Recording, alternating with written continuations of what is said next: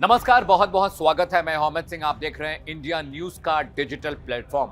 आज फिर से एक नया एक्सप्लेनर लेकर हाजिर हैं ईरान पर, अमेरिका पर, इजराइल पर, खाड़ी मुल्कों पर और किस तरह से अब इजराइल, अमेरिका और ईरान की जंग एक निर्णायक मोड़ पर पहुंच चुकी है। आज के एक्सप्लेनर में आपको बताने और समझाने की कोशिश करेंगे। आप सबको पता है कि अमेरिका बीते एक हफ्ते से लगातार ईरान पर एक टैक्टिकल मूवमेंट प्लान कर रहा है। इसको वॉर पैरामीटर बोलते हैं। वॉर पैरामीटर का मतलब ये होता है कि जब भी आप किसी मुल्क पर हमला करने की प्लानिंग कर रहे होते हैं, तैयारी कर रहे होते हैं, तो सबसे पहले आप अपनी स्ट्रैटेजिक लोकेशंस को आइडेंटिफाई करते हैं, उन्हें पिन करते हैं। और अमेरिका यही कर रहा है। सबसे पहले उसने क्या किया, ईरान के चारों तरफ जो मुल्क हैं, जो खाड़ी के देश हैं, जहां पर अमेरिका के फौजी अड्डे हैं, वहां पर अमेरिका ने अपनी डिप्लॉयमेंट बढ़ा दी है। तो पहला सबूत यह है कि 30 से 40 हज़ार जो सैनिक हैं अमेरिकी फौजी अड्डों पर डिप्लॉय कर दिए गए हैं। दूसरा वॉर पैरामीटर यह है कि एक जो उनका वॉरशिप था यूएस अब्राहम लिंकन और यूएसएस जॉर्ज डब्ल्यू बुश, वो अब खाड़ी के समंदर में पहुंच चुका है। वो ईरान के बहुत करीब पहुंच चुका है। इसके अलावा 6 जो नेवल शिप्स हैं, जो डिस्ट्रॉयर्स हैं, वो भी ईरान के बहुत करीब पहुंच चुके हैं। 60 से 70 जो फाइटर जेट्स हैं वो उन मुख्तलिफ इलाकों में इंस्टॉल किए गए हैं, हैंगर किए गए हैं, जो इलाके ईरान के बहुत करीब हैं, यानी Lebanon, Jordan, Iraq, Syria, Yemen. ये तमाम वो मुल्क हैं, वो मित्र राष्ट्र हैं अमेरिका के, जहां पर उन्होंने अपने फाइटर जेट्स को इंस्टॉल किया है। इसके अलावा टैक्टिकल पैरामीटर और किस तरह से बन रहा है वो भी आपके लिए समझना बहुत ज़रूरी है। इजराइल ने भी लगातार कम्युनिकेशन अमेरिका के साथ अब शुरू कर दी है। व्हाइट हाउस और पेंटागन बिल्कुल रिलेटिवली तैयार हैं और जितने जनरल्स हैं, जितने कमांडर्स हैं, जो उनका वॉर रूम है, वहाँ पर जितने भी जिम्मेदार लोग हैं, उन सब के लिए एक प्रोटोकॉल जारी कर दिया गया है। तो ये टैक्टिकल वॉर पैरामीटर होता है कि जब भी कोई मुल्क किसी मुल्क पर हमला करने जा रहा होता है तो वॉर पैरामीटर को डिसाइड करता है, डिज़ाइन करता है, एग्जीक्यूट और इम्प्लीमेंट करने की प्लानिंग करता है। इसके अलावा एक बड़ी खबर ये भी है ईरान वॉर अपडेट में कि अमेरिका ने 4 बड़ी शर्तें ईरान के सामने रखी हैं। अगर ईरान इन 4 शर्तों पर अमल करता है, इन्हें मान जाता है, तो बहुत मुमकिन है कि ये जंग की बियाद थोड़ी बढ़ जाए, इसके दरमियान थोड़ी बढ़ जाए या फिर ये जंग टल भी सकती है। पहली जो सबसे बड़ी शर्त अमेरिका ने ईरान पर रखी है वो ये रखी है कि अमेरिका को अपने सारे न्यूक्लियर प्रोग्राम्स को तुरंत ठप करना पड़ेगा, बंद करना पड़ेगा, चाहे वो सिविल न्यूक्लियर प्रोग्राम क्यों ना हो। अमेरिका नहीं चाहता कि सिविल न्यूक्लियर प्रोग्राम की आड़ में ईरान परमाणु बम बनाने की कोशिश करे। दूसरा सबसे बड़ा जो सैंक्शन, जो शर्त अमेरिका ने रखी है वो कि ईरान किसी भी मुल्क को अपना क्रूड ऑयल एक्सपोर्ट नहीं करेगा। यानी जब क्रूड ऑयल एक्सपोर्ट नहीं होगा तो पैसे की आमद नहीं होगी, और जब पैसे की आमद रफ्त नहीं होगी तो इकॉनमी बहुत कमज़ोर हो जाएगी।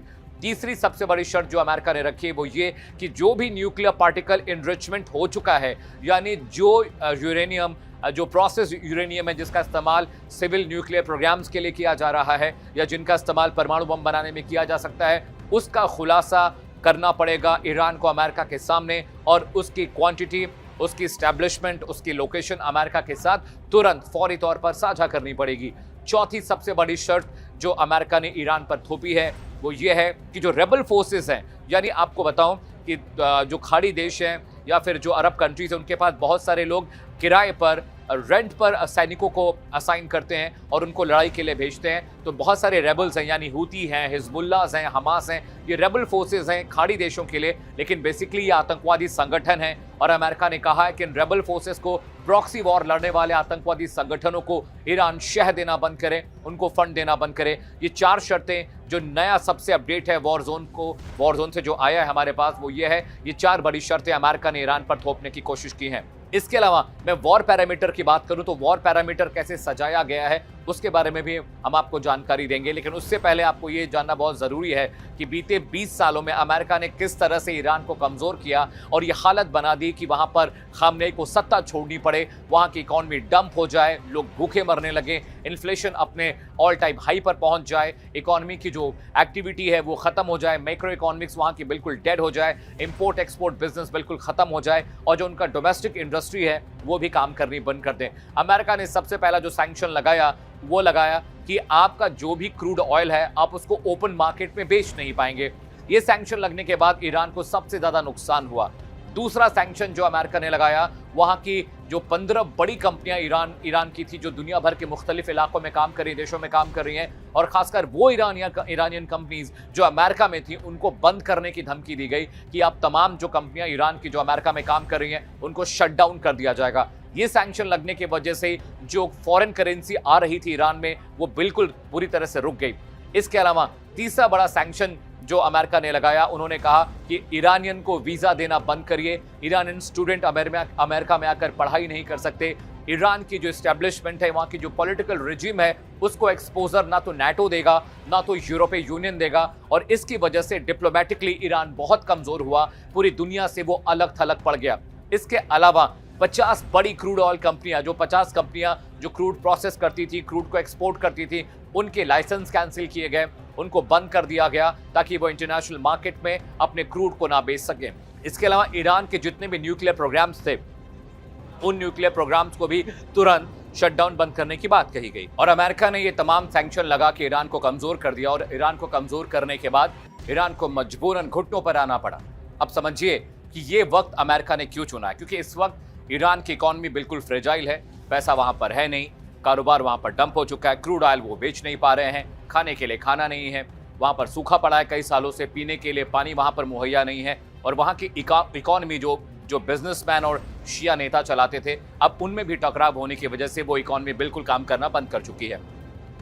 एक बहुत अहम बात आपके लिए ये समझना भी जरूरी है कि सैंक्शन लगने के बाद और अमेरिका इजराइल के प्रेशर के बाद ईरान की हालत और खराब हुई है, और इसीलिए जो अरब मुल्क हैं, जो खाड़ी मुल्क हैं, वो बिल्कुल नहीं चाहते कि किसी भी कीमत पर ईरान पर हमला हो। एक बड़ा अपडेट ये भी है कि सऊदी अरब और यूएई जैसे मुल्कों ने अपना एयर स्पेस इस्तेमाल करने से अमेरिका को रोक दिया है। बाकायदा ऑफिशियल एक बयान जारी किया है, उसमें कहा गया कि वो ईरान पर होने वाले हमले के लिए किसी भी तरह का एयर स्पेस अमेरिका को नहीं देंगे। एक बड़ा अपडेट तुर्की से भी है। तुर्की ने बहुत सारे बफर जोन बनाने शुरू कर दिए, क्योंकि अब जैसे ही ये अंदाज़ा लग रहा है, ये आशंका हो रही है कि अमेरिका ईरान पर हमला कर सकता है, तो इस हमले की आशंकाओं के मद्देनज़र बहुत सारे ईरानी शरणार्थी जो सिटीजन्स हैं, they are shifting towards Turkey, वो टर्की की तरफ भाग रहे हैं, और इसीलिए टर्की ने भी वहाँ पर एक बफर जोन बना दिया कि जब अगर हमला होता है तो बहुत सारे शरणार्थियों को रहने खाने की जगह देनी पड़ेगी, और उसके लिए इंतज़ाम टर्की कर रहा है। टर्की ने ऑफिशियल बयान जारी कर कहा है कि वो हर तरह की मुमकिन मदद मुहैया कराएगा ईरान को, अगर अमेरिका ईरान के बीच जंग होती है। कम से कम टर्की बोल तो नहीं रहा था, लेकिन ये जो एक्शन है मानवता के नाते, इसे लेकर थोड़ा जो राहत ईरान के लिए ज़रूर है कि अगर वहाँ पर वॉर एस्केलेट होता है तो आने वाले वक्त में उनके जो शरणार्थी हैं, उनके जो नागरिक हैं, कम से कम उन्हें रहने और खाने की जगह तो मिलेगी। तो मैंने आपको बता दिया कि टैक्टिकल पैरामीटर किस तरह से अमेरिका प्लान कर रहा है। मैंने आपको ये भी बता दिया कि वो 4 शर्तें कौन सी है जो अमेरिका ने ईरान पर थोपने की कोशिश की है, जिसके बाद ईरान पर थोड़ा प्रेशर बने और वो गिव अप करे। मैंने आपको ये भी बता दिया कि न्यूक्लियर प्रोग्राम्स को किस तरह से ईरान बंद करना चाहता है, उनके सैंक्शन को और ज़्यादा सख्त करना चाहता है, ताकि ईरान पूरी तरह से कमज़ोर हो जाए और वो घुटनों पर आ जाए। लेकिन एक बात समझने वाली ये भी है कि अब जो वॉर पैरामीटर की जो टैक्टिक्स थी, उसके बारे में अगर मैं आपको बताऊं तो 2 वॉरशिप्स जो साउथ चाइना सी में थे, वो अब पहुंच चुके ईरान के बहुत करीब। 6 नेवल शिप्स वहां पर हैं, 70 से ज़्यादा वहां पर जो फाइटर जेट्स है वो डिप्लॉय किए गए। तो ये सब बताते हैं कि अमेरिका हमला ज़रूर करेगा। लाखों अरबों डॉलर खर्च कर सिर्फ ईरान पर प्रेशर बनाने के लिए इतनी हैवी डिप्लॉयमेंट अमेरिका ने नहीं की है। ये जंग ज़रूर होगी, इसकी मियाद बढ़ सकती है, इसका जो टाइम बफर है वो ज़रूर हो सकता है, लेकिन जंग होनी तय है। और जंग जब होगी तो अमेरिका अपने सलीके और तरीके से ईरान पर हमला करेगा, जैसे कि उसने यमन में किया, जैसे कि उसने सीरिया में किया, जिस तरीके से वो अब लैटिन अमेरिका में अपनी उस जंग को प्लान कर रहा है। तो ये देखने और समझने वाली बात होगी कि अमेरिका की स्टैटिकल और टैक्टिकल और साथ ही साथ सामरिक किस तरह से वो प्लान करता है, ताकि ईरान उसको ज़्यादा नुकसान न पहुंचा पाए। लेकिन ईरान का भी नैरेटिव सुनना बहुत ज़रूरी है। ईरान के पास इस वक्त खाड़ी देश में सबसे ज़्यादा रॉकेट का जखीरा है, स्टॉक है, और उसमें बहुत सारी ऐसी सुपरसोनिक क्रूज मिसाइल्स हैं जो वॉरशिप को तबाह कर सकती हैं। आपको याद होगा कि जब जून 2025 में ईरान और इजराइल के बीच जंग शुरू हुई, तो उस वक्त बहुत सारे जो इंटरसेप्टर्स थे इजराइल के काम नहीं आए। उनका जो एरो 3 एयर डिफेंस सिस्टम है, जो उनका आयरन डोम है, वो ठीक सलीके से काम नहीं कर पाया, जिसकी वजह से बहुत सारा नुकसान इजराइल को हुआ। और अमेरिका ये बात जानता है कि अगर हम ईरान पर हमला करते हैं तो ईरान के पास सिर्फ एक चारा है, और वो चारा ये है कि उनका जो मिसाइल भंडार है वो पूरा फुल ऑन जाकर उसके साथ अमेरिका को भी रिटेलिएट करें और इजराइल को भी। लेकिन मुश्किल इस बात की है कि हर कोई जानता है कि ईरान के पास न्यूक्लियर वेपन है जो उसने चोरी छिपे डेवलप किया है। तो ज़रा फर्ज करिए कि अगर इजराइल और अमेरिका ईरान पर हमला करते हैं और ईरान उनको एटॉमिक फॉर्मेट में रिटेलिएट करता है तो ये जंग बहुत बड़ी हो जाएगी। और अगर एटॉमिक हमला हुआ, परमाणु बम का इस्तेमाल हुआ, तो ये पूरी दुनिया 3 हिस्से में बट जाएगी। वो 3 हिस्से कौन कौन से हैं? पहला हिस्सा होगा जिसमें अरब कंट्रीज होंगी, मुस्लिम राष्ट्र होंगे। दूसरा हिस्सा होगा वेस्टर्न वर्ल्ड का, जिसमें अमेरिका, लैटिन अमेरिका, कनाडा जैसे मुल्क होंगे। और चौथा जो हिस्सा होगा उसमें रशिया, चाइना, यूक्रेन जैसे मुल्क हैं जो एक साइड हो जाएंगे। और नाटो और यूरोपियन यूनियन अपने फायदे के हिसाब से, अपनी सुविधा के हिसाब से अपना पक्ष तय करेंगे। लेकिन ये बात समझने बहुत ज़रूरी है कि न्यूक्लियर वॉर के वक्त अगर न्यूक्लियर वॉर होता है तो जो मुल्क है, जो दुनिया 3 हिस्सों में बढ़ जाएगी। और सबसे ज़्यादा नुकसान होगा एशिया पैसिफिक का, क्योंकि एशियन सब कॉन्टिनेंट बहुत सेंसिटिव है, मार्केट के लिहाज से बहुत सेंसिटिव है। और अगर वहाँ पर वॉर होता है तो सबसे ज़्यादा जो इम्बैलेंस है, जो जियोपॉलिटिकल सिचुएशन चेंज होगी, जो वर्ल्ड ऑर्डर चेंज होगा, उसमें बार बार अमेरिका की धाक जमेगी। क्योंकि अमेरिका यही चाहता है कि ईरान पर हमला करने के बाद वो दुनिया को ये दिखाए और समझाए कि अमेरिका ना तो कभी कमजोर था, न है, न आने वाले भविष्य में होगा। और एक साथ वो 2 निशाने कर रहा है। एक तो खाड़ी मुल्कों पर अपना दबदबा बनाएगा, दूसरा चाइना और रूस को भी एक सीक्रेट मैसेज, एक मैसेज जाएगा कि आप जिस तरह से दुनिया को, पूरे खित्ते को अपने अपने वश में करना चाहते हैं, आप अलाइन करना चाहते हैं, वो नहीं हो पाएगा। अमेरिका आज भी लीडर है, कल भी लीडर था और आने वाले वक्त में रहेगा। आज के एक्सप्लेनर में फिलहाल इतना ही, लेकिन देश और दुनिया की तमाम बड़ी खबरों को देखने, पढ़ने, समझने के लिए आप हमारे डिजिटल प्लेटफॉर्म को फॉलो करिए।